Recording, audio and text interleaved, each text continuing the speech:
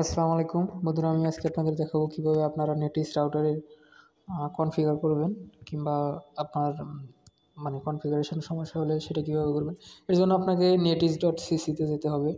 আপনারা Google Chrome ব্রাউজারে এসে ব্রাউজার অ্যাড্রেস বারে লিখবেন netis.cc। এরপরে আপনারা আপনার রাউটারের পেছনে থাকা স্টিকারে ইউজার নেম এবং পাসওয়ার্ডটি দিবেন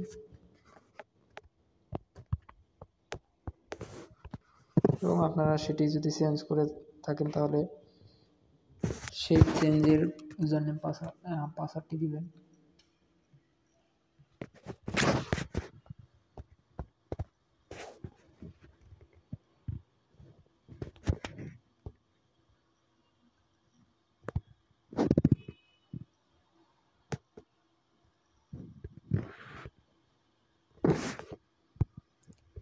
এরপরে আপনাকে আইএসপি থেকে যে ইউজার নেমটা দেওয়া হবে সেটা আপনি এখানে দিবেন এবং আপনার আইএসপি থেকে যে পাসওয়ার্ডটি দেওয়া হবে সেটা তার নিচের ঘরে পাসওয়ার্ডের ঘরে দিবেন এবং আপনি ওয়াইফাইয়ের রাউটারের যে নাম দিবেন সেটা এখানে দিবেন এবং আপনি যে পাসওয়ার্ডটা দিতে চান সেটা এখানে দিবেন, দিয়ে সেভ দিয়ে দিবেন।